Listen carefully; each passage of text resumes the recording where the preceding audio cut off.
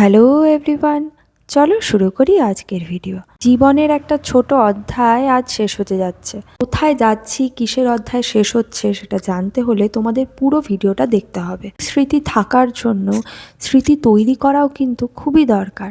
এবার তোমাদের বলি, আমি চলে যাচ্ছিলাম আমার পুরনো কলেজে, যেখান থেকে আমি বিএড কমপ্লিট করলাম। সেশন ছিল 23-25। এক্সাম শেষ হওয়ার পর আজকেই কলেজে গিয়েছিলাম। লাইব্রেরি স্যারের কাছ থেকে ক্লিয়ারেন্সটা নিয়ে নিয়েছি, কারণ রেজাল্ট তুলতে হবে।